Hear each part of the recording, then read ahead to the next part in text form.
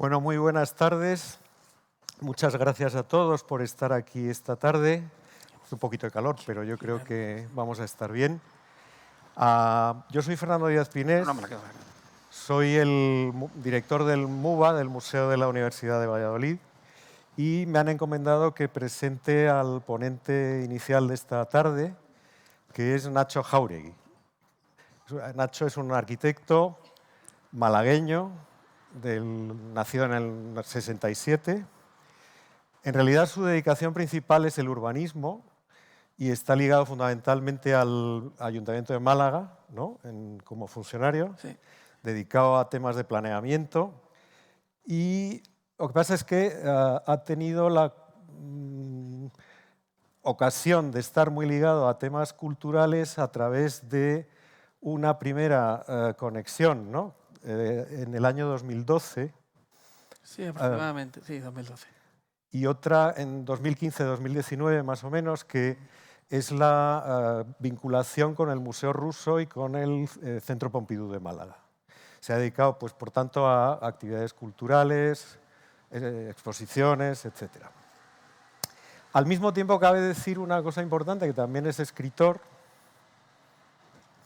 Se dedica fundamentalmente a la escritura sobre viajes y, digamos, una particular descripción de las ciudades, no como, digamos, una cuestión turística, sino como una visión espacial, ¿no?, ligada al sentimiento, en cierto sentido, ¿no?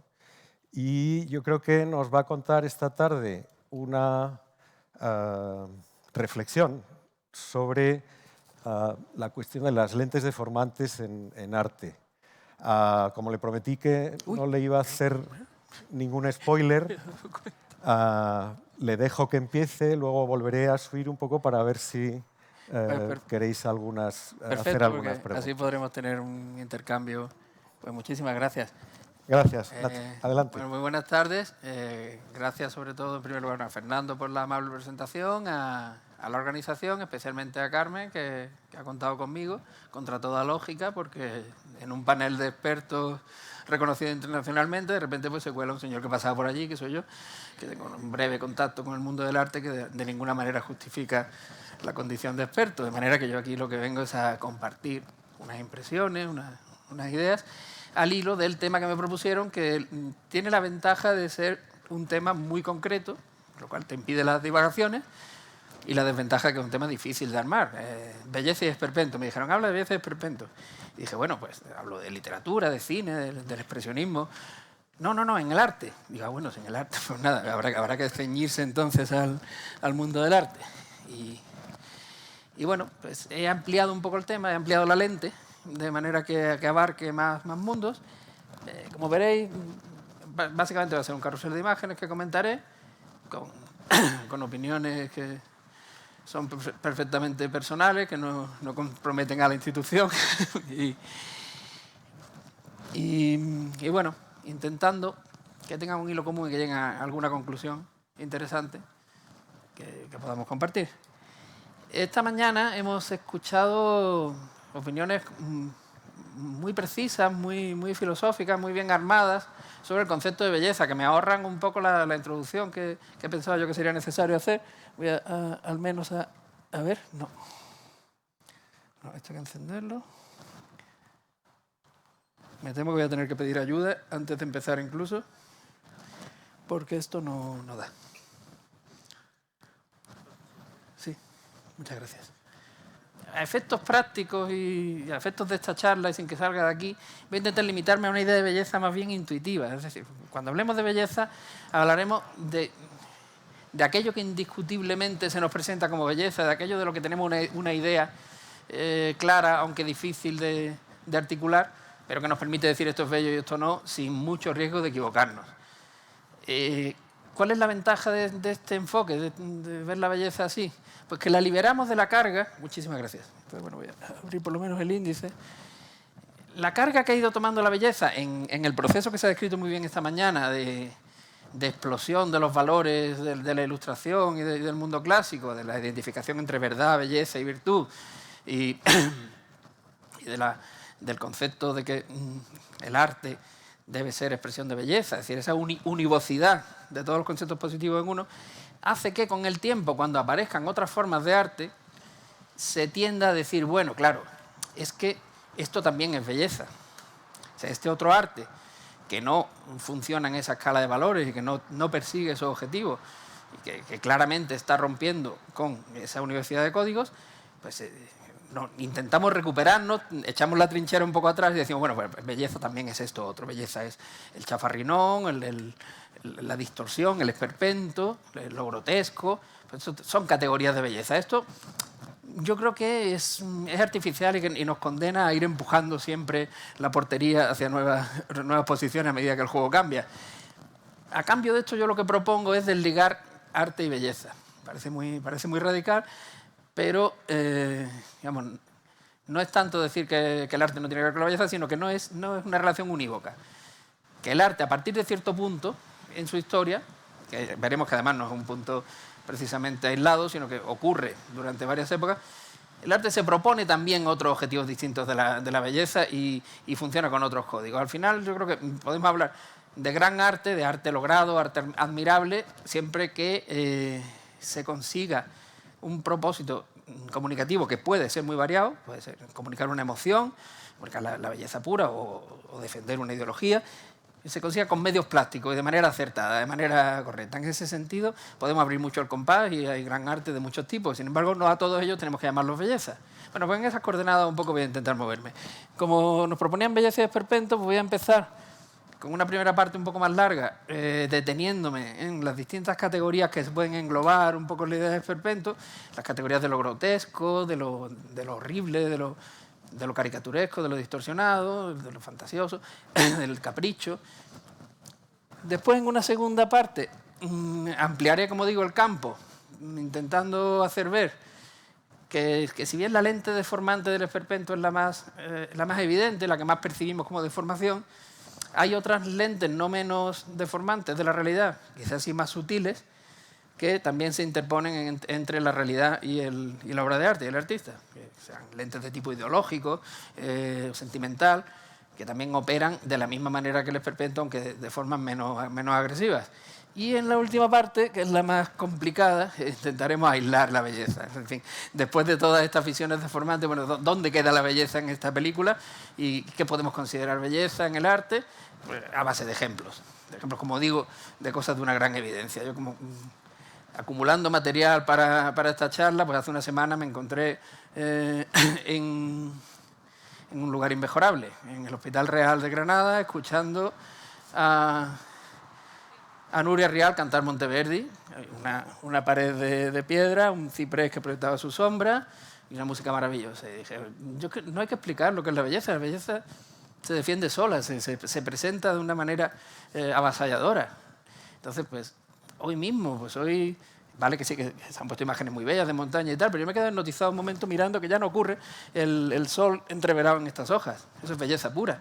Nadie te lo tiene que explicar, no hace falta un tratado filosófico. Entonces, bueno, en esa última parte intentaremos deslindar cuándo el arte llega a esa belleza indiscutible, sin por otra parte, desdeñar otras formas de arte más comunicativas, más expresivas. De manera que, bueno, vamos adelante. Empezamos con la definición clásica de esperpento por el que lo inventó, por Valle-Inclán, pues las lentes deformantes, el espejo cóncavo que deforma los rasgos, es una metáfora visual muy eficaz para lo que él hace literariamente en las obras de teatro esperpénticas, que va a tener su correlato en el mundo del arte. ¿Qué pasa con el esperpento y con la distorsión y con lo grotesco? ¿Por dónde vamos a empezar en el mundo del arte? Pues que se ha considerado siempre una rama menor, que por otra parte acompaña al arte desde los inicios. Esto es una figura alejandrina, del siglo II a.C. aproximadamente. Normalmente encontramos estas piezas en tamaño más pequeño, en material menos noble, como el entretenimiento del artista cuando no tiene el encargo, o bien como a lo mejor para usos más domésticos. Es difícil descifrar cuál era el lugar de estas piezas en el mundo clásico, porque a pesar de todo lo que se sabe, es mucho más lo que ignoramos sobre la mirada del hombre clásico sobre su propia creación. Entonces, pero aparecen muchas de estas piezas, y esta ya sí es de un material más noble. Esta está en el Metropolitan, y es una figura caricaturesca, que puede ser un sátiro, pero que tiene una voluntad clara de deformación de rasgos, de ironía, de búsqueda de lo grotesco. Me voy a parar un poco más en esta porque me parece una obra maestra absoluta. Eso está en Boston, en el Instituto de Arte, y parece un monstruo, una quimera, algo hecho de varias partes. Pero tan hecho de varias partes está que si lo observamos atentamente, no tengo puntero para hacer, o sí, no sé si esto hace de puntero, creo que sí, no, bueno.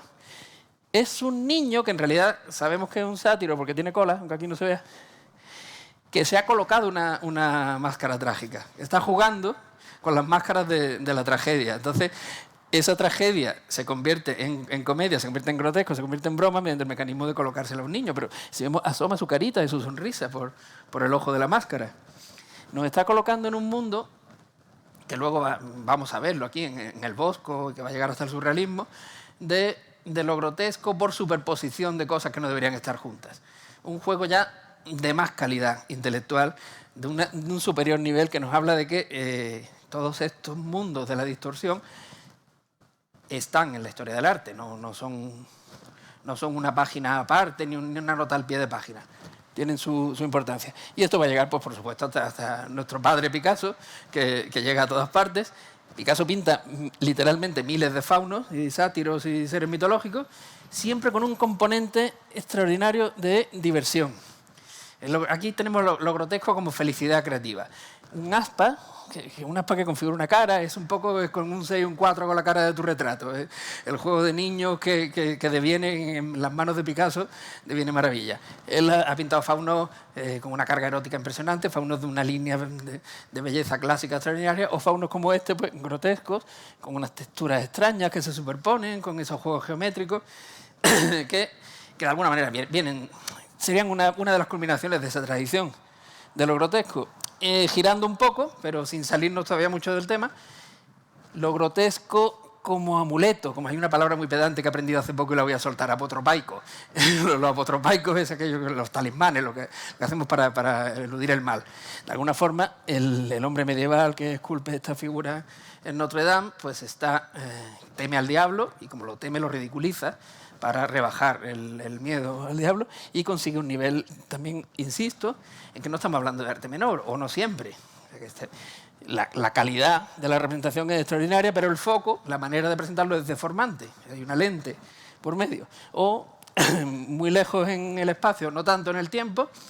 Esto es el templo de Vellore, si no recuerdo mal, en Karnataka, cerca de Mysore, en el sur de la India. Es un barroco tardío, rococó en la cultura india que empieza antes y termina antes que la europea en este caso, de manera que esto se correspondería a estos 1200 más o menos. No está tan lejos de Notre Dame, está más o menos a la altura de la Catedral de Pisa, pero lo que en Europa occidental era el inicio de un camino de la representación artística, de una depuración de las formas y de las técnicas, en la India era casi un final, de manera que después de siglos de representación muy aquilatada, muy lineal y muy fina, se llega a este abigarramiento brutal. Me he salido un poco porque es menos conocido. Pero bueno, lo que iba es que también hay ese componente dentro de la distancia que tenemos con los mitos hindúes que no nos permite distinguirlos tan rápido como al diablo de Notre Dame, pero sí yo veo clara una intención parecida de hacer que este demonio terrorífico que ha raptado a la doncella, que creo que es el demonio Ravana, raptando a Sita, aunque no estoy seguro, pues lo hacemos un poco ridículo para perderle el terror. Hablaba de arte menor de artistas grandes. Leonardo no va a pintar un lienzo con esta cara, pero sí que se entretiene en hacer estas caricaturas que tienen una factura poderosísima, una vía de escape, de libertad frente al arte más codificado, es también otra de las funciones de lo grotesco. Y en el siglo XX sí que podría haber traído miles de ejemplos, he traído a Dubuffet como representativo de otros muchos, del arte feísta, el arte deliberadamente deformado, incorrecto y torpe.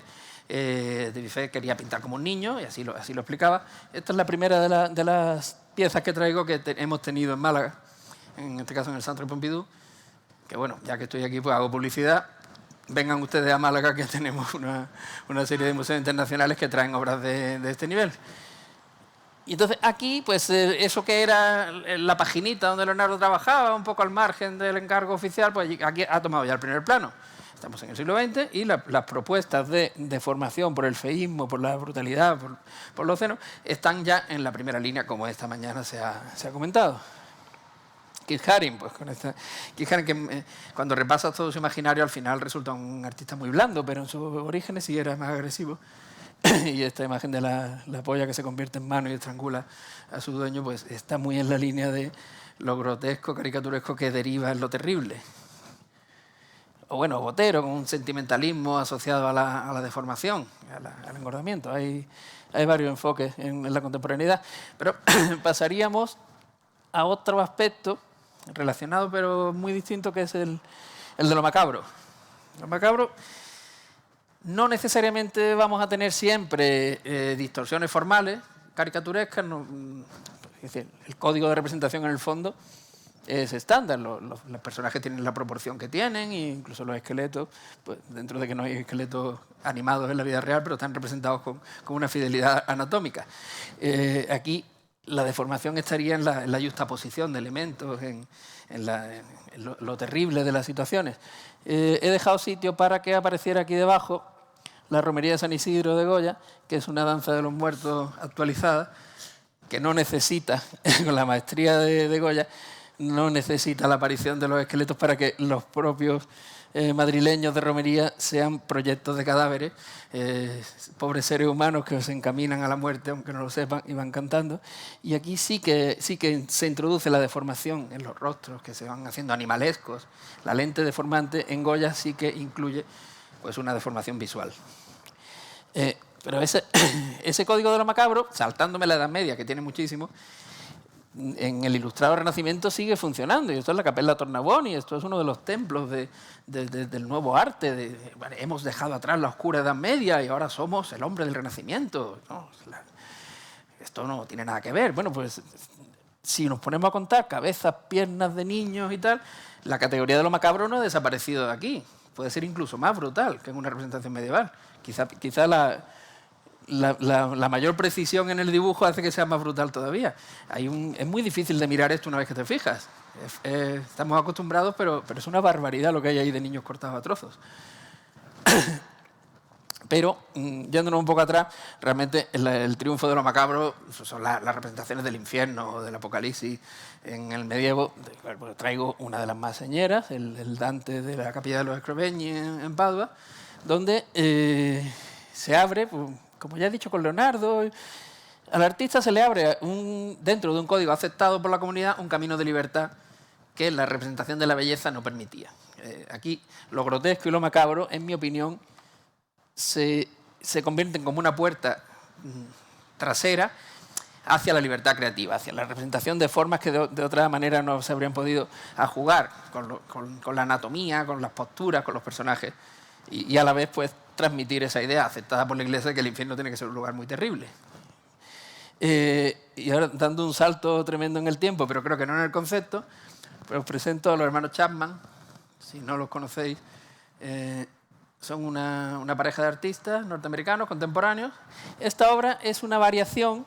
La he traído porque la foto era muy buena, me encantaba este círculo de cabeza, pero realmente lo que quería enseñar era esto otro, que es quizás su obra maestra, una obra que se llama Hell, que consiste en, si no recuerdo mal, 9 dioramas colocados en vitrinas que representan una fantasía de un infierno en el cual los nazis son las víctimas y los demonios atormentan a los nazis. Hitler aparece troceado, sodomizado, empalado en distintos lugares, y con Hitler, pues, todos sus lugartenientes y los soldados rasos. Los muñequitos de uniforme nazi sufren todo tipo de torturas imaginativas y los demonios se divierten en torturarlos. Esta obra, que es un delirio absoluto, formal y de imaginación, que debe ser un trabajo extenuante, llegar a figurarse tantos tormentos diferentes y organizarlos formalmente y tal, se quemó en el almacén donde estaba y los tíos la hicieron de nuevo. Se sumergieron en el horror por 2 veces. Hay que tener la cabeza bastante perjudicada para meterse en un trabajo de ese tipo por segunda vez. Pues yo creo que resume todo, las categorías del obsceno, lo que no queremos mirar, lo que queremos apartar de la vista, incluso la propia elección del material, que juega en los códigos de la representación pop, es un diorama como los que se hacen de escenas de guerra, como los que se ven en los escaparates, no es el medium habitual del arte. Y sin embargo está muy enraizado con la historia del arte. Es de la familia de todas las matanzas de inocentes, de todos los apocalipsis, de todos los infiernos que están pintados en los ábsides de todas las iglesias de todas nuestras ciudades. Es pura tradición, pues tradición subvertida y caricaturizada y llevada a unos extremos que nos colocan en el lugar de la incomodidad, que es el lugar que busca el arte esperpéntico, el arte deformado, el arte obsceno. Pero todo esto viene, desde luego, de nuestro Padre Señor Don Bosco, que produce una cantidad alucinante de imágenes libres, de fantasía absoluta, que si en esta primera imagen que he traído sí que se debe a ese código comunicativo aceptado del infierno como el lugar de tormento y tal, que permite, ya decía yo que al Giotto le permitía libertades, pues a Bosco pues, le permite inventarse pues, estas geometrías orgánicas imposibles, estos seres que son todos superficies, como cáscaras de huevo, pero que de alguna forma están vivos. Todo ese mundo tan desconcertante de animales que son a la vez máquinas y de gente en posturas imposibles, que en el caso del Bosco no necesariamente se limita a la descripción de los horrores del infierno, sino que en este otro cuadro, mucho más enigmático, mucho más conocido. Por cierto, estuve hace poco en el Prado, han colocado los Boscos en una sala especial para ellos, están maravillosamente expuestos y también recomiendo cuando se pueda una visita, es un privilegio. Hubo unas colas inmensas para ver la exposición del Bosco, que al final traía 2 o 3 cuadros de fuera, pero la gran mayoría están en el Prado y están ahora muy bien enseñados. Y el Bosco, yo creo que ocupa un lugar de honor en esta genealogía que estamos improvisando de artistas de lo deformado, de lo obsceno, de lo incorrecto o de lo grotesco. Porque aquí sí que, liberado de todo componente teológico, narrativo, intencional, lo que hay es la pura libertad. El juego libérrimo de combinar formas de manera imposible para producir un efecto de desconcierto, de descoloque en el espectador. A mí me es muy difícil entender cuál era la recepción de estos cuadros en su momento. Desde luego la recepción contemporánea sigue siendo, es de los pocos artistas que creo que a cada nueva generación le hacen el mismo efecto. Frente a un cuadro del Bosco tú te quedas desconcertado y te quedas cautivado, hipnotizado, buscando nuevas fantasías, nuevas invenciones. ¿A quién le fascinó esto? Pues primero, bueno, al Archimboldo, que es un artista indudablemente menor, pero interesante, que trabaja con esa juxtaposición de elementos que no están donde deben estar y que construyen algo que no es lo que parece, pero sobre todo a Salvador Dalí. Salvador Dalí yo creo que es el artista contemporáneo que mejor ha entendido la reacción del Bosco y que, una vez más, pues, distorsiona la realidad desde los propósitos, desde los medios de la representación canónica de la realidad, con una pincelada muy precisa, con el sombreado y el modelado de la forma impecable, intachable, construye mundos imposibles por las texturas, por la colocación de los elementos, por las escalas, nos coloca en esa situación de incomodidad, de sueño, que nos decían también esta mañana. ¿Qué pasaría si en medio de esta normalidad mi cara de repente se borrara y apareciera otra cosa? Ese juego de que todo es normal menos un elemento, Dalí lo aprende de Bosco y lo maneja extraordinariamente. O Magritte, que con unos procedimientos muy distintos, pero también produce la extrañeza a partir de lo cotidiano. Un señor enchaquetado y con bombín es perfectamente normal, pero si se reproduce hasta el infinito y flota en los cielos de Bruselas, pues se convierte en una imagen de pesadilla. Bien, otra rama del esperpento en arte, y aquí he querido empezar con algo que me quita la razón, porque aquí no hay deformación ninguna. El Giorgione, uno de los artistas más dotados de su tiempo y de todos los tiempos, no necesita deformar para presentarnos lo grotesco, lo doloroso o lo terrible. Quiere representar la vejez y hay un artificio literario que, si nos ponemos puristas, le quita un poco de pureza al experimento, porque el letrero dice col tempo, con el tiempo tú también te verás así como me veo yo, pero lo que hay es una representación impecable de la vejez, sin crueldad, sin distorsión, sin deformación y por ello mucho más aterradora para el que no ha llegado a esa edad y me imagino que desconsoladora para el que se haya llegado, porque al final col tempo pues todos estaremos más o menos así. Esto estaba también en Roma. Estamos muy familiarizados con el idealismo de la estatuaria clásica, pero Roma producía también este tipo de representaciones. Una anciana alcoholizada en una esquina, agarrada a la tinaja de vino, con toda la todo lujo de detalle en el dolor y en el sufrimiento y en la expresión de las arrugas. Esto también es Roma, también es clasicismo. Y Goya, que en esta línea de mostrar la miseria que nos viene de nosotros mismos, la miseria de ser carne, de ser perecederos, de ser, como decía antes, proyectos de cadáveres, creo que nadie ha llegado a representarla como Goya. Como decía antes, Goya sí introduce la distorsión, sí caricaturiza los rostros, los convierte en animalescos, con una pincelada modernísima que da un salto en los modos de representación que sus contemporáneos no van a entender y que va a tardar en... El arte va a tardar en llegar a donde Goya ya estaba, así, no es una cuestión de regatearle en absoluto sus méritos, pero que sí que es cierto lo que decía, que el Giorgione nos enseña que a lo mejor no necesitábamos eso, no necesitábamos distorsionar para enseñar las realidades feas. Y Dalí también aprende mucho de Goya. Este no es un Dalí muy conocido, pero no es el Dalí más frecuentado. Pero aquí, este cuadro que tiene un subtítulo que quizá ha distorsionado su visión, porque el presagio de la guerra civil, el presentimiento de la guerra civil, pues nos lleva a la metáfora del cuerpo que lucha contra sí mismo. Pero yo creo que si a un espectador australiano o sueco se le presenta este cuadro sin esa información, lo va a leer como, una vez más, como la tragedia de ser humano, de ser carne, de ser mortal, de ese cuerpo que se vuelve contra nosotros, que es falible, que no nos ayuda, nos impide volar. Esa carnalidad como maldición que en el surrealismo está siempre muy bien representada. Y que nos lleva a Hockney, que prácticamente despedaza los rostros por dentro, los pone en carne viva, nos enfrenta con esa carnalidad mortal de una manera implacable. Ahondando en la terribilidad de la carne, por decirlo de alguna forma, el siglo XX nos aporta la visión femenina, nos lo aporta con muchísima fuerza, con muchísima importancia.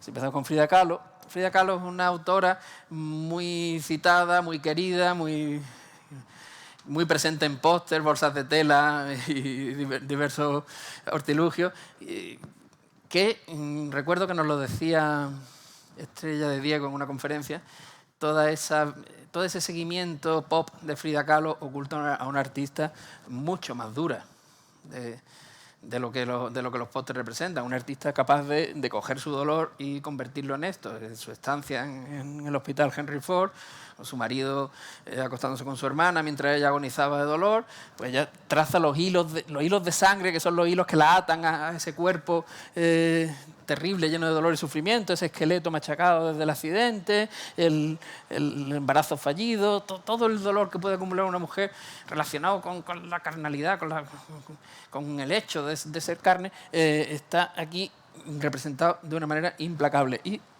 qué decir de Louise Bourgeois, que con los códigos de lo textil, que hasta ella no habían servido más que para la artesanía, pues ella los lleva a este lugar del arte, el lugar de lo terrible. Una vez más, de la carne despellejada, del dolor inmenso y extremo de ser mortal, de ser un ser hecho de vísceras. Y en el extremo absoluto, no sé si conocéis a este personaje, se llama Orlan, es un nombre artístico. Orlan ha hecho de su propio cuerpo el lugar del arte. Ella trabaja haciéndose cirugías estéticas, que documenta en vídeo, que ritualiza, diseña los uniformes de los médicos que la van a operar, edita los vídeos y se autopropone ella como superficie de trabajo del arte. Y trabaja sobre las representaciones de la mujer, sobre el choque entre la realidad y el ideal.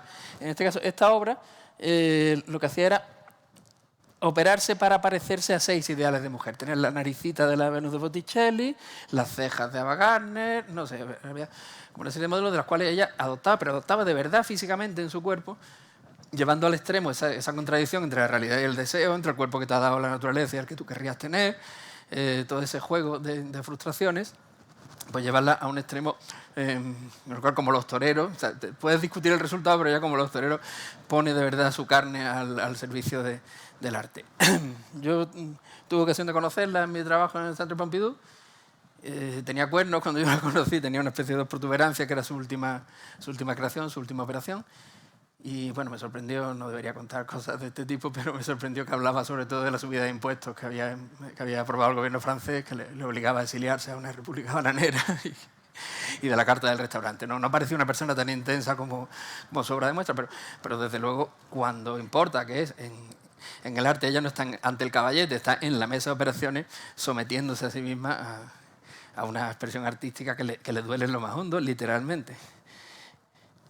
Y bueno, otra rama menos conflictiva, más amable de lo grotesco sería la crítica de costumbres. He puesto a Hogarth, como podría haber puesto a Daumier, autores del XIX que utilizan la caricatura de una manera más distorsionada o menos para criticar bien temas políticos, bien temas de costumbres. Quizás la culminación de esa tendencia es el expresionismo alemán, y un ejemplo de Otto Dix y otro de George Grosz, donde sí que la lente deformativa... Quizás de todas las imágenes que traigo, la que más representa el esperpento es esta, con diferencia. Aquí sí que tenemos exactamente el espejo cóncavo del Callejón del Gato. Pues esa burguesía alemana ávida de dinero y de poder, esos incipientes nazis. Estamos todavía en ese momento en que se intuía el horror, pero todavía no había ocurrido. Estamos entre la Primera y la Segunda Guerra Mundial.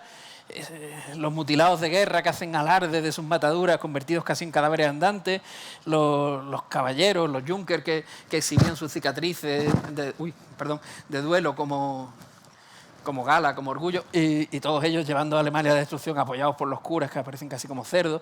Bueno, pues toda esa crítica social que estamos acostumbrados a leer, una materia quizá más literaria que artística, aquí cobra una encarnadura pictórica mediante la operación, aquí sí, sin ningún matiz, la operación del Callejón del Gato, del espejo deformante.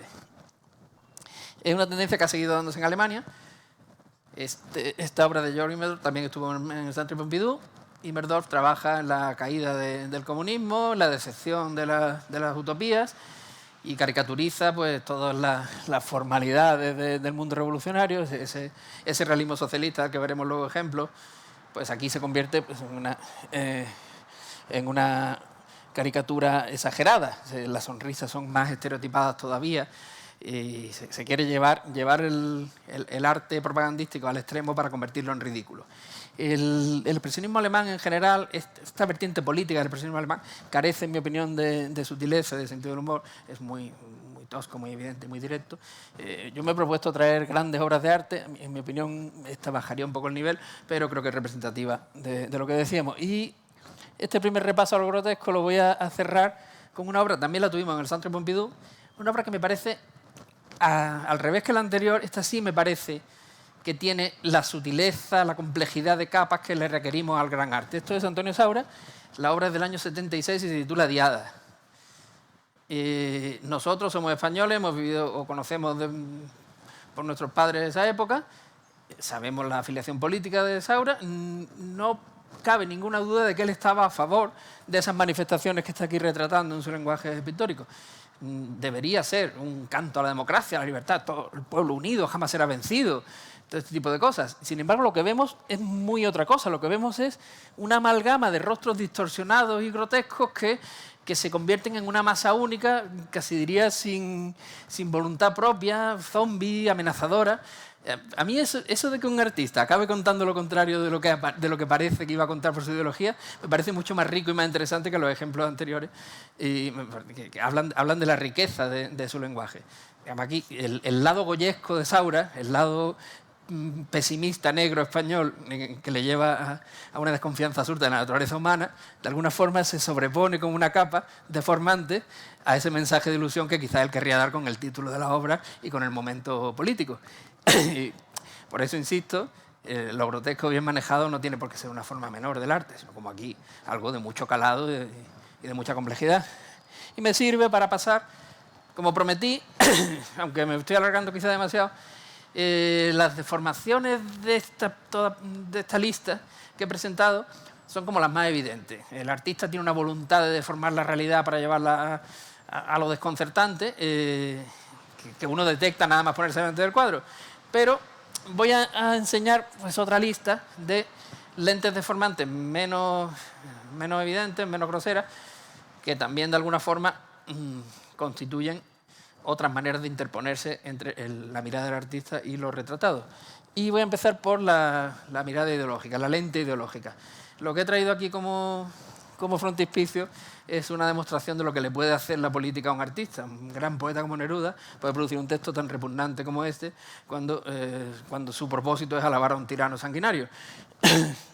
Pues de la misma manera, y de esto sí que sé un poco más que el común de los mortales, no me he presentado como especialista porque no lo soy, pero sí que en mi experiencia en el Museo Ruso pues hemos visto más realismo socialista del que haya visto nadie seguramente, y hemos aprendido mucho de la complejidad interna de un movimiento que se ve como monolítico, la sutileza. Claro, los profesores rusos nos han enseñado a leer entre líneas lo que el artista oficial colaba por debajo de la mirada del censor.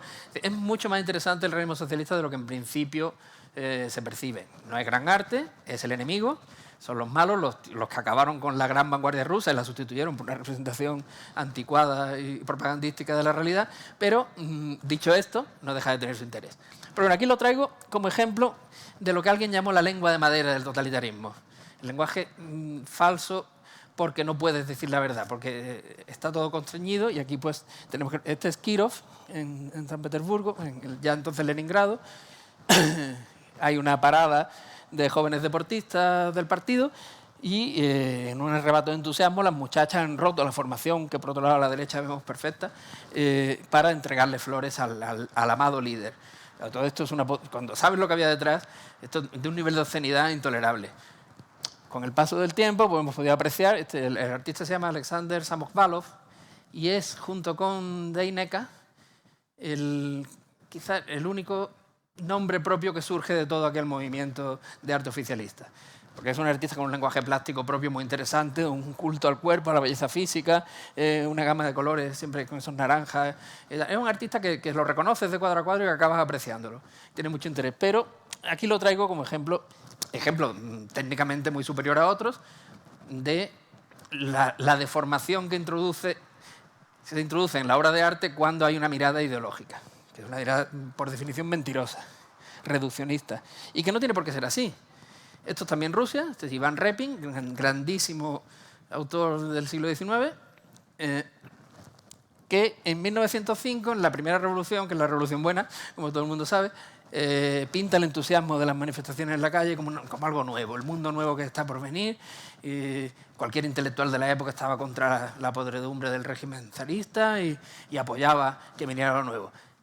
Pero como pasaba con Saura, su mirada finísima de psicólogo detecta también la locura, ese punto febril que hay en esas miradas, ese algo más que no es solo entusiasmo y que puede derivar en locura colectiva, en matanzas y tal, está ahí, está en esos rostros enajenados por el entusiasmo colectivo. Entonces, el pintor el buen artista te da una cosa y otra, no te da la lengua de madera de lo oficial que está todo bien, sino que con ideología se puede hacer buen arte, siempre que manejemos los ingredientes con prudencia.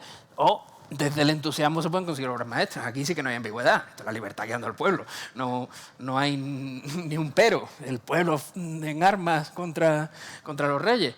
Pero lo salva la sublimidad del lenguaje plástico y el entusiasmo sincero. La diferencia con el realismo socialista es que este entusiasmo es de verdad. Es una lente ideológica que desde luego simplifica las cosas, oculta, como se ha dicho en varias ocasiones esta mañana, oculta el horror. El buen arte muchas veces está tapando las miserias, pero lo hace desde un sincero entusiasmo y eso hace que esta obra sea superior a la del realismo socialista. O la extraordinaria obra de la cual, aunque lo he mirado justo antes de subirme al estrado, se me ha vuelto a olvidar el autor, Fulvio Panizza, puede ser. La conocemos todos por el cartel de Novecento de Bertolucci, que vuelve a hacer esa operación de fundir los cuerpos y los rostros en una masa unida, pero sin la agresividad que tenía en Saura, sino con un sentido de avance común, de que no importa el individuo, sino que juntos valemos más. Una vez más, el entusiasmo sincero salva la obra de su didactismo y de su ideologismo. Cosa que no ocurre en la pintura oficialista. Podía haber traído miles de retratos de reyes que tienen esa función de alabanza del líder, pero la obra de David tiene el componente de que ya la consideramos de los nuestros, ya está del lado de la modernidad. Se han roto los códigos del viejo mundo. Ya Napoleón no es un rey a la usanza, antigua usanza, sino un autoproclamado emperador.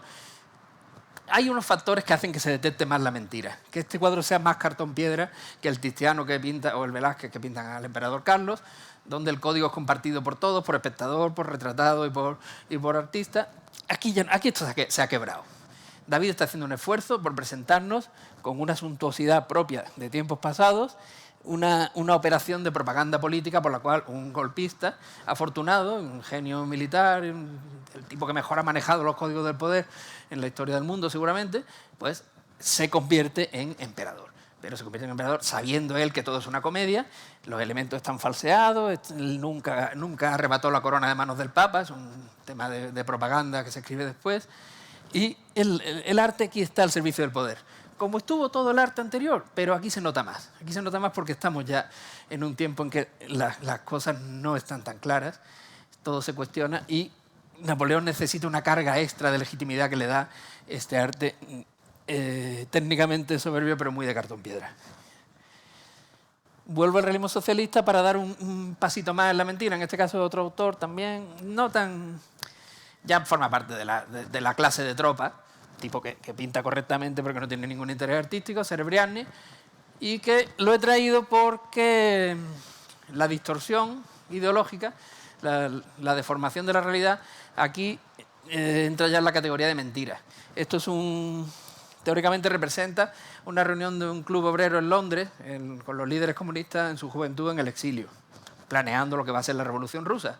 Está Lenin de pie, está Máximo Gorki detrás con la mano en la mejilla y está un joven Stalin de perfil que nunca estuvo allí, que nunca fue amigo de Lenin, que en ese tiempo estaba asaltando bancos, dinero para la causa, que era un bandido, un facineroso, digamos, mano de obra útil para los cerebros de la revolución, pero que cuando toma el poder se hace pintar en ese pasado como uno de los padres de la revolución que no fue, porque la historia se reescribe a través del arte. Estamos hablando del arte, la deformación, la lente ideológica pasa a ser ya directamente una mentira. O, en casos más contemporáneos, el amigo Banksy, muy apreciado, también muy posterizado como Frida Kahlo, muy objeto de culto pop, es un transgresor, qué valiente Banksy, como siempre ataca al poder, a las causas nobles. Nunca encontraréis a Banksy en un tema de verdad controvertido. Banksy va a estar siempre contra el virus, a favor de los sanitarios, por el bien y la paz y contra la guerra. No le vais a ver una mala palabra. Es un revolucionario domesticado. La lente ideológica produce normalmente objetos inanes, objetos de poca fuerza. El manifestante joven enmascarado que lanza un ramo de flores en lugar de una bomba. ¡Qué bonito! Ese es el nivel de nuestro revolucionario de salón.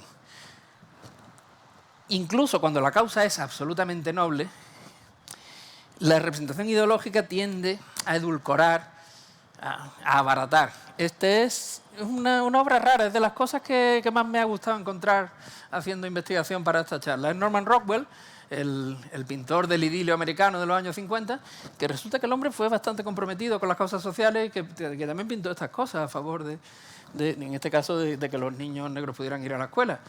Esto es una reivindicación muy poderosa, además que viene del lado... Esto no es Banksy, o sea, esto no es un tío que se mueve con la progresividad mundial y pinta lo que le pide su clientela, ¿no? El Rockwell de la América de papá y mamá y tal, se la está jugando al defender una causa que entonces era revolucionaria. Es decir, por el lado ideológico, chapó, pero la representación, cuando tú te acercas al arte con solo buenas intenciones, cuando tu mirada está deformando la realidad para convertirla en propaganda, al final la obra de arte es más endeble. Yo no tengo ninguna pega que ponerle al mensaje, pero al final la niña va demasiado pulcra e impoluta, está todo demasiado bien compuesto, el tomate ha caído ahí para representar el mal. Le falta complejidad, le falta interés, porque el artista se ha sentado pensando que voy a transmitir un mensaje, y eso al final es empobrecedor. Cada vez que he puesto separadores es porque iba a pasar otro tema. Me tengo que ir acordando porque como no los tengo delante. Como decía, y sigo con Rockwell, esa lente ideológica que comunica una cierta cursilería, pues si encima eliminamos ya la parte ideológica, nos quedamos con otra categoría de lentes deformantes que sería la de lo bonito, la de lo edulcorado, lo agradable. El arte que acaricia los sentidos y conforma la opinión previa del espectador. El Rockwell que conocemos, el Rockwell del idilio del hogar americano. Pero también, vuelvo al realismo socialista, cuando la propaganda política de un régimen asesino y abyecto cae en cursilería, es una cursilería obscena, atroz. Cuando tú ves esas imágenes de niños encantadores, uniformados con el papaíto Stalin, y las comparas con lo que sabes del horror del régimen, la sensación del espectador contemporáneo es de vómito. O sea, la cursilería y el dulzor extremo te llevan a la reacción contraria. Pero nadie está libre, y he querido traer obras que están bien y de autores buenos. Murillo es un grandísimo pintor, además se le está reivindicando cada vez más. Pero el retrato de la devoción edulcorada, blandita, esos ojitos en blanco, pertenecen a ese lado complaciente que vuelve a abaratar la obra de arte. Sin embargo, si nos fijamos en esas manos, quise hacer un recorte, al final no me salió. Esas manos son una obra maestra, o sea, es un pintorazo extraordinario. Pero hay esa cosa de Murillo, que durante mucho tiempo ha hecho que lo consideremos menos pintor. Y que a medida que avanzamos en la época rococó, como por otra parte, en la pequeña entrevista que me han hecho me ha salido una expresión casi un poco aventurada, que digo, bueno, pues ya que la he dicho, pues lo vuelvo a decir aquí. Me preguntan por el arte contemporáneo y he dicho que estamos en una época rococó. Lo creo realmente. Venimos no es culpa de nadie, venimos de una época muy creativa, de un siglo XX de explosión total, y ahora estamos viviendo pues ¿cómo se llama esto? Los epígonos, los comentarios, las cosas referenciales, las bromas, los guiños, pero bueno, es normal, es la época que nos ha tocado vivir. Pero aquí pasaba lo mismo. Watteau pinta en un momento en que ya Tiepolo ha terminado el periodo clásico, por así decirlo, ya no se puede añadir más. Y lo que viene pues es decadencia, es blandura, es sagrado, el arte como decoración, como fondo agradable de la vida cortesana, que sin embargo ahora... digo ya que en esta fase había pensado hacer recuadros y al final lo he hecho, pero lo hago mentalmente. Esa falda tornasolada vale millones. Sí, estamos hablando de artistas muy buenos. Es que se ha perdido el pulso. Ya no hay... es la época la que tiene la culpa, no el artista, que es un artista muy dotado. Y en el siglo XIX, pues esto llega a la explosión. El Ángelus, también favorito de Dalí, es como, digamos, la quintesencia del arte complaciente, buenista, romanticón y fácil. No tiene uno nada que reprochar a la representación, pero es lo que es. Bouguereau, que es un artista con una habilidad extraordinaria con el pincel, pero capaz de producir estas imágenes atroces. O el mismo Alma Tadema, que es un pintor clasicista inglés, que ha producido también, luego veremos alguna obra suya de mucho más calibre, pero que, joder, que cuando se deja llevar por la cursilería es atroz. Es decir, esto es deformación de la realidad también. La realidad no es así, gracias a Dios. somos más violentos y más complicados. Y si nos vamos a la contemporaneidad, esto es un autor de culto, se llama Mark Rydell. Vino a Málaga y fue un acontecimiento, la primera exposición en Málaga, en España, de Rydell, el genio contemporáneo. A mí esto me parece repugnante. Yo creo que todas las excusas posmodernas que juega irónicamente con los códigos no lo redimen, no redimen la inmensa cursilería de estas representaciones, que al final son lo que son, aunque se quieran presentar como irónicas. Pero bueno, como digo, es otra lente que también me interesaba presentar, porque quizá además, si hiciéramos un juego de contrario, esto sería el contrario del esperpento, no la belleza. Lo contrario del esperpento es el bonitismo, el decorativismo, que es la distorsión opuesta. Y esta distorsión va a ser quizá más difícil de explicar, pero yo creo en ella. Es la lente deformante del clasicismo, la que pretende que el mundo está sujeto a un orden y en los cuadros elimina el desorden, lo sucio, lo que se sale de su lugar para colocar los elementos de la manera que tienen que estar, no de la que están. Es una deformación a la inversión, una deformación hacia menos dificultad. Egipto, todo el arte egipcio se basa en eso. figuras ocupan el lugar que jerárquicamente tienen que ocupar, se miran como se tienen que mirar, se coloca todo según unos códigos preestablecidos y se tiran 2500 años haciendo exactamente lo mismo porque ya quedó codificado y así es como se hacen las cosas. Hay una depuración que luego veremos. El final de ese camino es, para mí, uno de los grandes momentos de la historia del arte, pero es eso. ¿Es realista el arte egipcio? Bueno, es figurativo, pero no es realista. Deforma la realidad para colocarla de manera ordenada. Es más importante el orden que la fidelidad. Que es el arte griego participa de esto, indudablemente. El arte clásico es una búsqueda del ideal, de extraer las mejores características de los individuos para colocar unos arquetipos. Y bueno, el friso de las Panateneas pues nos coloca a las Panateneas en perfecto orden. El alzado frontal es muy propio de este tipo de propuesta artística. Y he dicho que Cálmata además hacía cosas mejores. Esto es un prodigio. Es una representación de ese friso, el de las Panateneas, el día que Fidias se lo enseñó a los amigotes.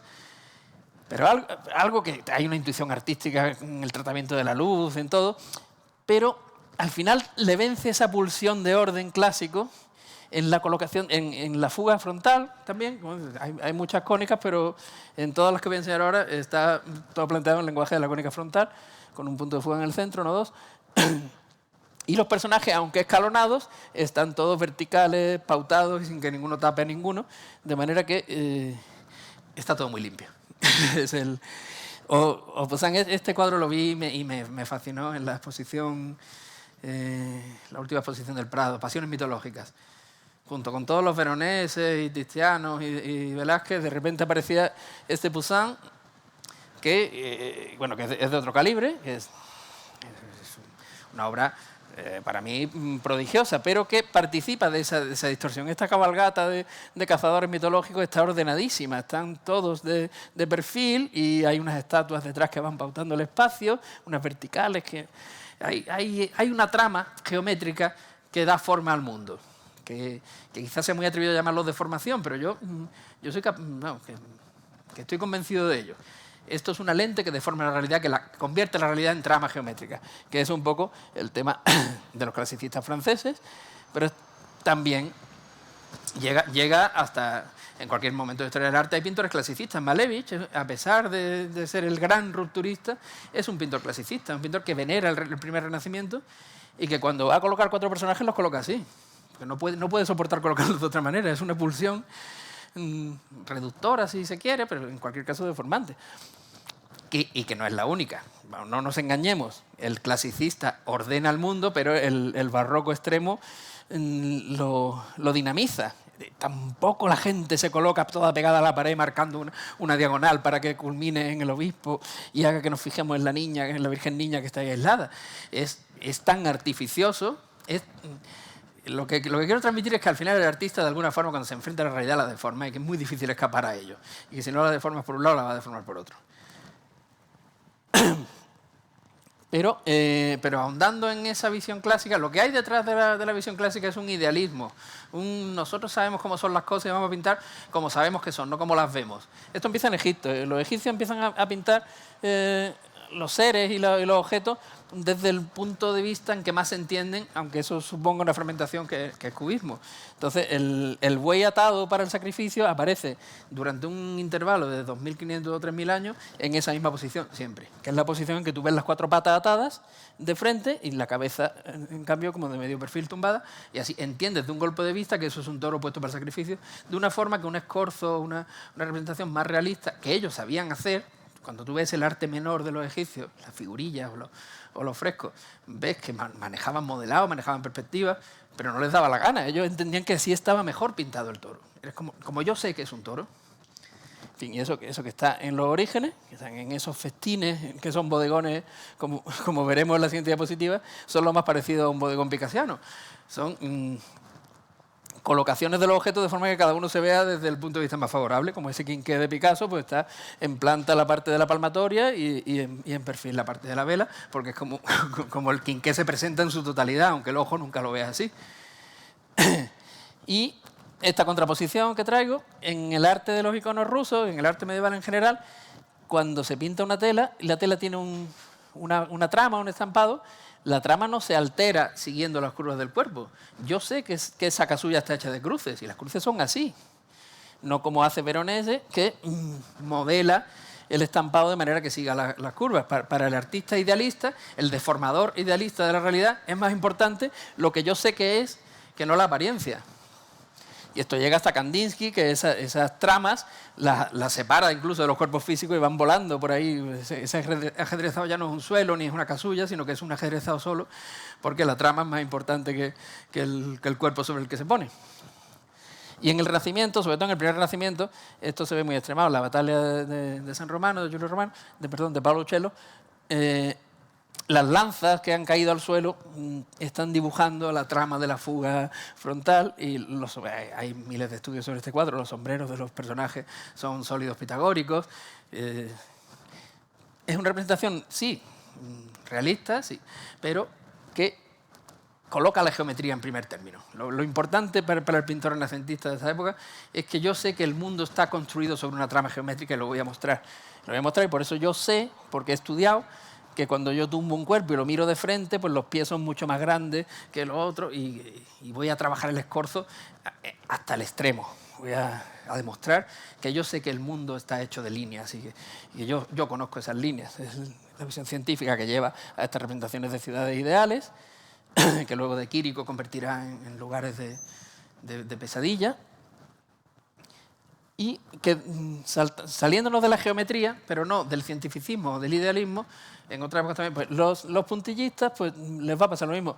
El mundo está hecho de pequeños corpúsculos que vibran y que cada uno de ellos contiene en sí unas partes de luz. Yo he estudiado, o sea, ese trabajo mental es el que luego me lleva a la construcción de la obra de arte. Está sustentada en algo pretendidamente científico, en un conocimiento especializado, que en este caso es el de la trama de puntos, o en un caso más extremo, no creo que conozcáis a este autor, es un gran desconocido, Pavel Filonov. Nosotros tuvimos la suerte de tener la mayor exposición desde los años 70 en Europa de un artista que tuvo muy mala suerte. Es un vanguardista de la primera hora, contemporáneo de Chagall, de Malevich y de Kandinsky, considerado en su momento por el mundo artístico como un igual. O sea, allí se hablaba de 4 maestros, no de 3. Cada uno de ellos tenía sus seguidores que eran capaces de matarse entre sí por el suprematismo, por el supremacismo siempre. Y Filonov, ¿qué le pasa? Que no vende fuera antes de la Revolución, no lleva sus obras a Alemania, como si Kandinsky o Malevich, ni se exilia, él permanece fiel al comunismo y además muere en el asedio de San Petersburgo, muere de hambre, muere comiéndose sus lienzos porque no hay nada de comer. La hermana, siguiendo su última voluntad, lega toda su obra al Museo Ruso de San Petersburgo, nuestro socio de Málaga, que posee toda su obra, y los jerarcas del régimen, antes de exponerla, con los cuadros colgados, llevan a un grupo de obreros para ver si el pueblo entiende este arte vanguardista, ya mal visto en aquel momento por el régimen.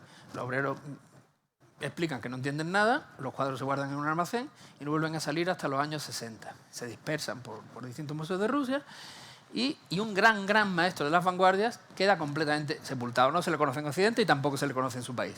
La recuperación es muy lenta, pero yo, después de haberlo tenido allí unos meses, haber mirado con atención su obra, haber leído prácticamente todo lo que se ha escrito, que es poco sobre él, yo me atrevo a decir que es un maestro de ese nivel, del nivel de los grandes maestros de Malevich, de Kandinsky, de Chagall, pero que es muy difícil introducirlo. Perdonadme que me haya salido del hilo para defender por un autor que me entusiasma. Bueno, pues Filonov defendía una especie de construcción sintética de la realidad a base de pequeñas células, de agregación de pequeñas células. Sus cuadros se llaman fórmulas. O sea, son cientificistas, son idealistas desde el propio título. Esta es la fórmula de la primavera. ¿Qué significa para Filonov la fórmula? Que yo puedo detectar los ingredientes de los que está hecha la realidad profunda, y lo voy a pintar porque he desentrañado la fórmula. Esto es la primavera. Una vez que yo he hecho ese trabajo mental, estos elementos minuciosamente desarrollados, que casi histéricamente, en una especie de zoom infinito, que siempre hay algo más dentro, pues son la primavera, como el siguiente cuadro que podría poneros de él, pues sería la fórmula de la revolución o la fórmula de 1937. Son títulos así de sugerentes. Y construye un mundo de agregados de células que pueden ser universos o pueden ser una flor. Y bueno, para mí es el paroxismo de la visión idealista de la realidad. No pinto lo que veo, sino lo que yo sé que es. Y por aquí voy a ir más rápido porque sería un mundo, pero me atrevo a decir que también la voluntad de transmitir sentimientos también sería de alguna forma una deformación. Deformamos, el autor del Laocoonte deforma los rostros y la postura de los brazos, exagera para expresar dolor, de la misma manera que Giotto, volvemos a la Capilla Scrovegni, lanza los brazos hacia atrás, frunce los ceños, marca los gestos para contar el sufrimiento de una madre o unos discípulos ante el cadáver de Cristo, o que mi adorado Repin, en su vertiente historicista, pues para contar la historia de los cosacos zaporogos que le escriben una carta insultante al zar, se reúnen y cada uno propone una frase más hiriente, más irónica y se carcajean a su manera ruda y tal, pues hace todo un estudio de expresiones también exageradas. Es decir, lo que vengo a decir es que cuando el artista lo que quiere es provocar una emoción, como dije al principio, no es que se esté saliendo del canon, sino que demuestra que el arte no siempre va de belleza, en este caso va de expresión. Estamos viendo obras muy señeras, muy importantes cada una en su género, y que no persiguen la belleza per se, aunque la alcanzan, desde luego, en muchos casos, pero que lo que persiguen es la expresión. Quieren expresar el horror del hombre enfrentado a las grandes preguntas del ser, el grito metafísico. No está preocupado de la belleza, ni Repin, aunque había belleza en esa representación de los cosacos, pero no la está buscando, ni el Laocoonte está buscando belleza, está buscando dolor, está buscando emoción. La emoción del beso, del amor que florece, el éxtasis religioso de la Beata Albertoni. El arte no tiene por qué estar persiguiendo la belleza, aunque se la encuentre. El arte tiene otros propósitos. Y la emoción es uno de los propósitos principales, por eso digo que he traído unas cuantas, pero no queriendo pararme mucho en ellos. Y el tercer y último apartado pues sería Prometí, que después de todas estas deformaciones por un lado y por otro, pues aparecería, o intentaría que apareciera la belleza pura. Me he traído los versos famosos de León Felipe, en que al verso le vas quitando los caireles de la rima, le quitas todo, le quitas hasta la expresión, el sentimiento, y lo que queda desnudo es la poesía. Bueno, ¿es posible eso en arte? ¿Y sería el mejor arte? Bueno, yo no estoy aquí para hacer competiciones, pero a mí es el arte que más me emociona.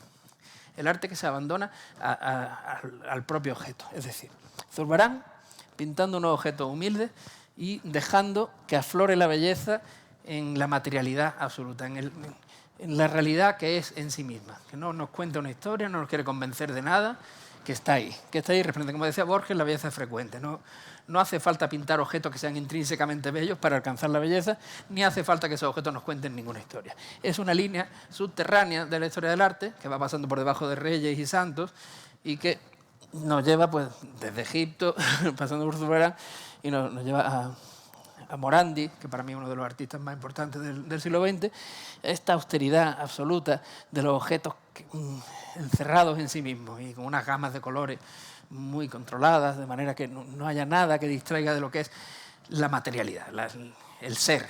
Yo creo que al final la pintura se enfrenta con la materia. La gran pelea de los pintores es: existe el mundo y aquí existen mis medios de expresión, que son unas grasas animales, unos pigmentos y unas telas, y yo con esto tengo que decir el mundo. Y cuando quitamos todo, cuando quitamos a Dios, cuando quitamos a la historia, cuando quitamos al bien de la humanidad, cuando quitamos la mirada propia, los sesgos, lo que queda es esto. Me parece que ahí podría terminar la charla, pero me parece injusto con otros tipos de belleza que alcanza la pintura, que son excelsos y que son sublimes. Y vamos a repasar algunos muy rápidamente. Dentro de esta misma línea no nos hace falta ni siquiera reducir el mundo a unos pocos objetos. Cuando tú tienes esa mirada, Cézanne, para la mirada de Cézanne, el hombre que está a la derecha, como el que está a la izquierda, como la mesa, como las cartas, como la ventana, son todas partes de lo mismo. Es una materialidad tan absoluta que la figura humana deja de ser objeto de narrativa para ser un objeto puro. Incluso antes, en Piero della Francesca hay esa misma mirada, estos seres que son como de arcilla, que son inmutables, que aquí, vale, sí, nos está contando una historia de la Natividad de Montefeltro que ofrece a la Virgen una iglesia, pero lo que vemos aquí no son personas, son objetos que se modelan con la luz. Hay una búsqueda radical, estética, que no se compromete con ningún discurso. Pero como digo, no es la única. Vamos a repasar otras cosas. Este maravilloso retrato de Rafael que tiene el Prado, pues es indudablemente un retrato, es un encargo, hay psicología, hay una mirada muy penetrante sobre el personaje, que vemos que tiene un don de mando, que es alguien que se presenta con poderío y tal, pero yo no puedo dejar de pensar que Rafael aquí lo que está queriendo es pintar una enorme superficie roja, que le procura una felicidad inexplicable y que nos procura a nosotros cuando lo miramos una felicidad inexplicable. Es con lo que decía yo al principio, que la belleza no necesita definición porque la identificamos enseguida. Pues es esta emoción de este rojo, que es una emoción intemporal, que te la encuentras cada vez que un pintor tiene un hallazgo feliz. Consigue que su visión se traduzca en un golpe de pincel o de espátula, y que, por ejemplo, de Rafael, pues puede llevarnos a Rothko. Belleza pura, la felicidad inmensa de llenar una superficie de color y ver que ocurren las transiciones y la vibración entre la zona más parda y la zona más roja. Y si nos acercamos, pues volvemos a tener el mismo éxtasis del rojo que habíamos tenido con Rafael. Que luego Rothko te podrá contar miles de historias de la espiritualidad que él quiere transmitir, pero al final hay una felicidad física, táctil, inmensa que se siente delante de un cuadro de Rothko y que no hace falta defender. Y en ese sentido yo me acuerdo, no sé qué tratadista hablaba de la pintura abstracta, de la pintura, de esta que yo estoy enseñando ahora, como aquella que se podría colgar boca abajo y funcionaría igual. ¿Qué pasa con Piero della Francesca, desde luego? ¿Qué pasa con Cézanne? Bueno, pues este es un cuadro de Olga Rozanova, otra grandísima artista muy olvidada, porque murió muy joven, esta sí, pero que estaba pintando esto en 1912. Una adelantada absoluta, que estaba haciendo Rothko en 1912 en Rusia. Y que la pobrecita pues se murió con 30 años y que no pudo... Pues este cuadro lo tuvimos en el Museo Ruso de San Petersburgo, colgado así, por instrucciones de la directora del museo, y luego lo vimos en los manuales pintado así. Y yo hice una búsqueda y estaba al 50%. En la información que hay disponible sobre este cuadro, pintado en 1909, hay empate entre los que consideran que se coloca de una manera o de otra. De manera que la pintura pura efectivamente aguanta este tipo de ambigüedad. Y bueno, prometí antes que iba a hablar algo sobre esa quiebra del lenguaje antiguo de Egipto. Lo he traído para hablar de la belleza de la línea. He hablado de la belleza del color y quería pararme también un poco en la belleza lineal, la belleza del dibujo. Para mí esto es uno de los momentos más grandes de la historia del arte. Esto es la tumba de un cortesano llamado Ramoses, que vive y muere en el reinado de Amenofis IV, que luego se va a llamar Akenatón, que va a hacer la revolución hacia el monoteísmo y va a cambiar todos los códigos del arte.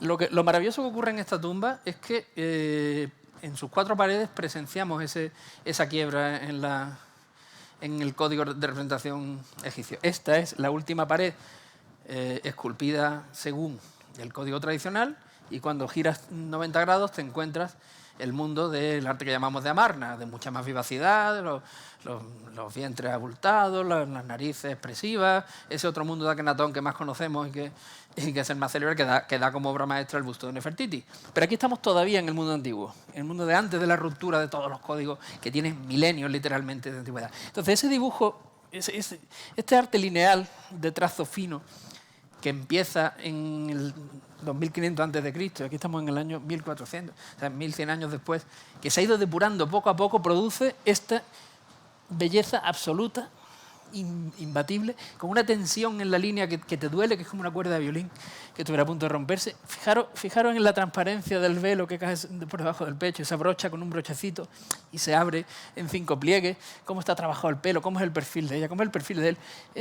El dibujo no puede llegar más lejos. Y eso es una tensión acumulada en un código cerrado que está a punto de explotar en libertad, que va a explotar en libertad 5 años después, y que aquí está al límite de la expresividad. Es algo maravilloso. Bueno, pues, sin llegar a algo tan sublime, es cierto que el dibujo puro, la línea, ha producido algunas de las mejores imágenes de la historia del arte, que Picasso es un superdotado del dibujo y capaz de transmitir belleza con poquísimos rasgos, y que bueno, que la antigua Roma, desde luego, produce. Esta es una de las pocas fotos que son mías, que no son de internet. Esto es una Venus que está en Venecia, en el Museo Arqueológico, que me quedé... Se ha hablado del síndrome de Stendhal, es verdad que es una expresión muy peligrosa, muy resbaladiza, pero bueno, se la puede corregir hablando de un estendalazo. Te quedas, a mí me dio un estendalazo, frivolizas un poco esa parte médica y te quedas con que es verdad que algunas obras te golpean. Particularmente ese perfil de esta diosa a mí me tuvo como 5 minutos hipnotizado. Es el dibujo perfecto, la línea. Y me sirve de transición hacia hablar de que gran parte de la belleza del arte se debe a un acierto particular en dar la belleza del mundo. En este caso la belleza del cuerpo humano, la belleza de los modelos retratados, se traduce en belleza pura. Esto está en las cuevas de Ellora, en la India. Es muy anterior a la imagen que puse antes, que pertenece a ese barroco tardío del arte indio. Aquí estaríamos en el clasicismo puro, año 1100, no, bueno, menos, 800 quizás. Y digamos, la sensualidad de los cuerpos, la redondez, la belleza pura de los rostros. Nos está hablando de que muchas veces la belleza más simple en el arte se consigue cuando se retrata algo bello. Parece obvio, pero no es tanto. La belleza de la Sibila délfica se debe inevitablemente a la mano soberbia de Miguel Ángel, pero también a esa prodigiosa mujer que a mí me habría gustado conocer, que posó para la Sibila délfica. Hay una belleza indudable ahí detrás. Esta Virgen de Antonio de Mesina. Estamos hablando de belleza pura al recrearse en la belleza del rostro humano. Los primeros retratos de Olga que hace Picasso cuando está enamorado. Después Olga será la ballena dentata que aterroriza los sueños del pobre pintor que se había ido con una rubia y temía a su mujer más que a nadie en el mundo. Pero aquí todavía florecía el amor y pocos retratos de mujeres hay que contengan más belleza pura que este. O cuando el pintor simplemente se deja arrebatar por un golpe en este caso es la luz. Rembrandt aquí pues te podrán contar que quiere contar la derrota del viejo militar. Siempre la narrativa se cuela por las esquinas y a mí eso no me gusta. A mí me gusta abordar el arte plástico desde la pura materialidad. Y en este caso yo creo que Rembrandt se enamora de la posibilidad de retratar un casco a una luz intensa y oscurecer todo lo demás y deslumbrarnos para siempre. Dejar eso colgado en un museo y que cada vez que pase alguien vuelva a sentir el golpe de belleza absoluta. Velázquez tratando el mismo tema, pero más ambicioso. También jugar con las sombras del cuerpo, jugar con los dos colores de la tela. Yo creo que aquí Velázquez tampoco quiere contarnos un guerrero cansado. Es una consecuencia, también aparece el guerrero cansado, pero aquí estamos jugando a otra cosa, estamos jugando a la búsqueda pura de la belleza. Zurbarán, sí, es un mártir que tiene nombre, que es San Serapio, que el pobrecito pues, le hicieron muchas perrerías a los paganos y esto fomentaba la devoción de los fieles, pero Zurbarán lo que quiere es pintar una enorme superficie blanca y ver qué pasa con el blanco cuando lo sometes a sombras y cómo juegan esas verticales. Hay una búsqueda, para mí claramente son pintores que están en lo plástico. O Mantegna aquí, sí, vamos a glorificar al señor de Mantua, a Gonzaga, en toda su gloria, pero lo que hay es la oportunidad de jugar con unos colores imposibles, con unas geometrías de cuerpo o con esos perfiles perfectos de esos niños que tienen la frente y la naricilla con una curva y contracurva maravillosa y el pintor pues se deja llevar por esos juegos. O el Veronés cuando pinta esta escena que se llena de personajes, hasta creo que son 70 y tantos los personajes que se añaden a los 12 apóstoles y a Cristo, que en el fondo yo creo que lo que quiere Veronés es jugar con los colores y meter ese amarillo con ese naranja, con ese azul, con ese verde, con ese otro azul, con ese otro, en un paroxismo de color que solo un maestro como él podía dominar y como lo sabía, pues se lanza a llenar aquello de personajes vestidos de colores. Creo que es la penúltima, tenía que haber puesto alguna señal. Sí. Y para terminar, aunque he defendido y seguiré defendiendo ese componente puramente plástico, puramente del reto del pintor frente al color, a la luz, a la línea, a los elementos de su arte, sí es cierto que cuando a esa búsqueda radical de belleza se une alguna idea de trascendencia, estamos en un territorio de una vibración que nos conduce ya fuera del arte hacia lo divino para el que tenga fe, o hacia la trascendencia, hacia una superación. A mí esta frase de Florensky me emocionó cuando la encontré. No tenemos pruebas de la existencia de Dios, hay muchas pruebas que son artificios escolásticos, la máquina que todo lo mueve, el ser más grande que todo. Esas cosas no llegan al corazón. A nadie se le convence de la existencia de Dios con un razonamiento. Pero nos dice Florensky que la Trinidad de Rublev prueba que Dios existe. Yo creo que con esto podemos terminar.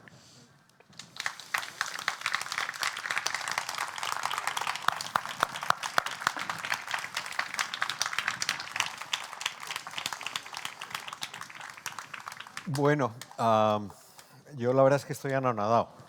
Uy, vamos a ver si me quito del sol. Me está matando. Yo creo que ha sido una exposición fascinante. Gracias. Cuando me decías, yo creo que me estabas mintiendo hace unos días, cuando decías que estabas preparando esto y que todavía no sabías qué ibas a hacer, y ahora oigo esto, pues me parece que no. Pero en fin, encuentro bueno, esta idea casi final, ¿no? Que es esta cuestión del pintor o del artista, que en realidad, más el pintor casi como que el motivo es una simple coartada para pintar, ¿no? Para encontrarse con el resultado final, el disfrute ese que transmite a los demás, ¿no?